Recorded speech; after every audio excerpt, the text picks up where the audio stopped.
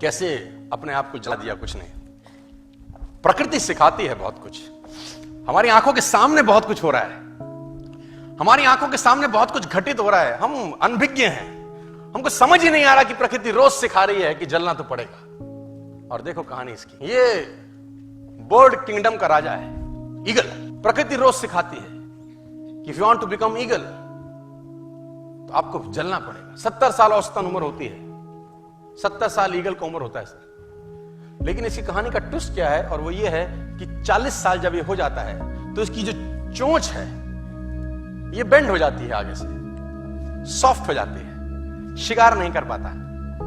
When he reach 40 इसकी चोंच bend हो जाती है, सॉफ्ट हो जाती है, शिकार कर करके शिकार नहीं कर पाता। इसके जो पंख हैं जिससे उड़ता है वो इतने भारी हो जाते हैं कि वो छाती से चिपक जाते हैं, इतने भारी हो जाते हैं कि छाती से चिपक जाते हैं, इसको उड़ने में तकलीफ होती है। इसके जो पैर हैं जिससे झपटा मारता है वो नाखून टेढ़े हो जाते हैं, कर करके 40 साल। अब इसके पास चॉइस है कि 40 साल के बाद मर जाए, क्योंकि उड़ सकता नहीं है, शिकार कर नहीं सकता, पंख भारी हो गए, उड़ना दिक्कत, शिकार पकड़ नहीं सकता क्योंकि पैर के नाखून खराब हो गए, और पकड़ भी ले तो चोंच से उसको मार नहीं सकता। अब इसके पास चॉइस है 40 साल में क्या वो मर जाए। लेकिन मैं आपको बताना चाहूंगा, प्रकृति सिखाती है कि ईगल ऐसा नहीं करता। 40 साल की उम्र में ईगल अपने एरिया की सबसे ऊंची चोटी पर चला जाता है और जो चोंच है उसको सामने वाले पत्थर पे मारना चालू करता है। जब चोंच पत्थर पे मारी जाती है तो पीड़ा होती होगी, और वो पीड़ा सहता है, मार मार के पत्थर पे मार के खून निकलता है, लहूलुहान हो जाता है, दर्द से मर रहा होता है, लेकिन मारता रहता है और चोंच को तोड़ देता है।